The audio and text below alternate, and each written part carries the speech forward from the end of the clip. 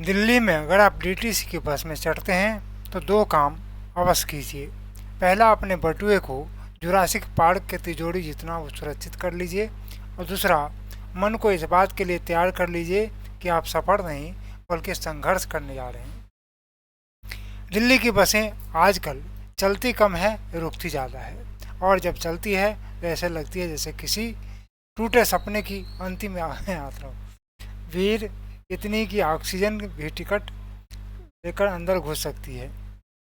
सरकार कहती है कि दिल्ली पब्लिक ट्रांसपोर्ट को वर्ल्ड क्लास बनाया जाएगा। शायद वर्ल्ड क्लास का मतलब जहां जेब कतरों के लिए वर्ल्ड क्लास कमाई का मौका होता हो। और ये तो वो मामले हैं जो रिपोर्ट किए गए हैं, जिसमें से दिल्ली पुलिस की 2024 की रिपोर्ट के मुताबिक केवल डीटीसी और क्लस्टर बसों में ही जेब काटने की औसतन 100 से ज़्यादा घटनाएं रोज दर्ज हो रही है।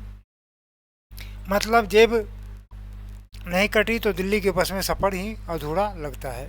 कभी मोबाइल गया, कभी पर्स गया, और कभी पूरे होश ही उड़ गए। जब एक यात्री दूसरे पर चढ़ता है तो दोनों चिल्लाते हैं, भाई साहब लाइन में आइए।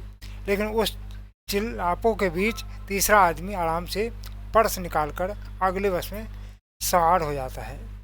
हालत ऐसी कि उनमें न सीसीटीवी काम करता है, न सिक्योरिटी अलर्ट है। कुछ बसों में ड्राइवर और कंडक्टर तक नदारद, और बाकी में नियम की तो बात ही छोड़ दीजिए। दिल्ली सरकार कहती है कि फ्री बस सेवा महिलाओं के लिए बड़ी सौगात है। बिल्कुल फ्री, लेकिन जेब कतरों के लिए उन्हें टिकट नहीं, सिर्फ जेब चाहिए।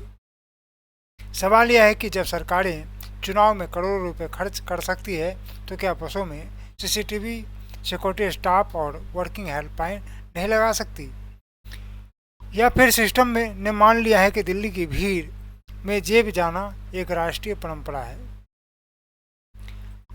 आपसे गुजारिश है, बस में चढ़िए तो अपने बटुए की चिंता मत कीजिए, क्योंकि सरकार को इसकी कोई चिंता नहीं है। दिल्ली के बसों में सफ़र सिर्फ गंतव्य तक पहुंचने का जरिया नहीं, बल्कि जेब से उम्मीद खोने का भी एक नाम है।